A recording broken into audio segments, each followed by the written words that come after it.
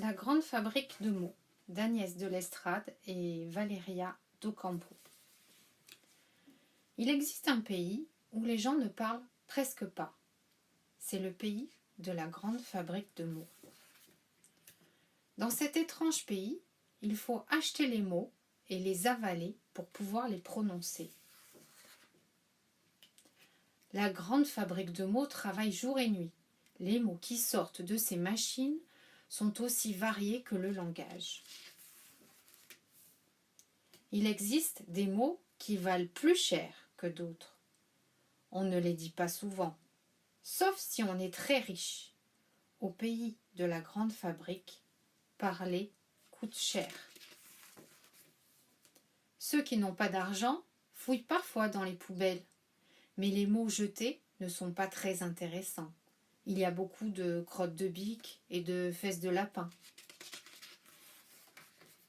Au printemps, les mots peuvent s'acheter en promotion.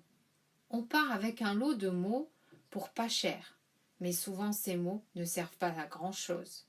Que faire de ventriloque ou philodendron? Parfois, on retrouve certains mots dans l'air. Ce jour-là, les enfants se précipitent avec leur filet à papillons. Ils sont fiers de pouvoir dire quelques mots à leurs parents le soir au dîner. Aujourd'hui, Phileas a attrapé 3 mots dans son filet. Il ne les dira pas ce soir, car il veut les garder pour quelqu'un de précieux. Demain, c'est l'anniversaire de Cybèle. Phileas est amoureux. Il aurait bien aimé lui dire « je t'aime », mais il n'a pas assez d'argent dans sa tirelire. Alors, il offrira les mots qu'il a trouvés. Cerise, poussière, chaise.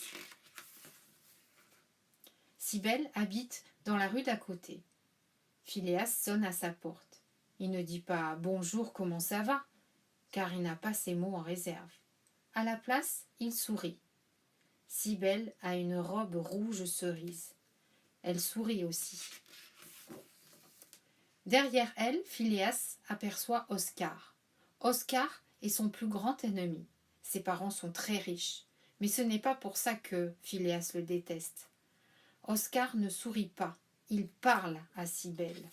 « Je t'aime de tout mon cœur, ma Cybèle. Plus tard, je le sais, nous nous marierons. » Il y en a pour une fortune, pense Phileas. Cybèle sourit toujours, et Phileas ne sait pas à qui s'adresse son sourire. Dans les yeux d'Oscar, il y a tant d'assurance. Mes mots sont bien petits, pense Phileas. Il prend une grande inspiration et surtout, il pense à tout l'amour qu'il a dans le cœur. Puis il prononce les mots attrapés dans son filet.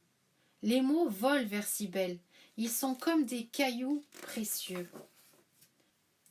Cerise, poussière, chaise. Cybèle ne sourit plus, elle le regarde. On dirait qu'elle n'a pas de mots en réserve. Alors elle s'approche doucement et pose un doux baiser sur le nez de Phileas.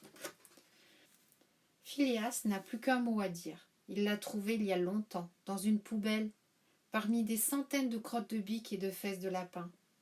Ce mot, il l'aime beaucoup.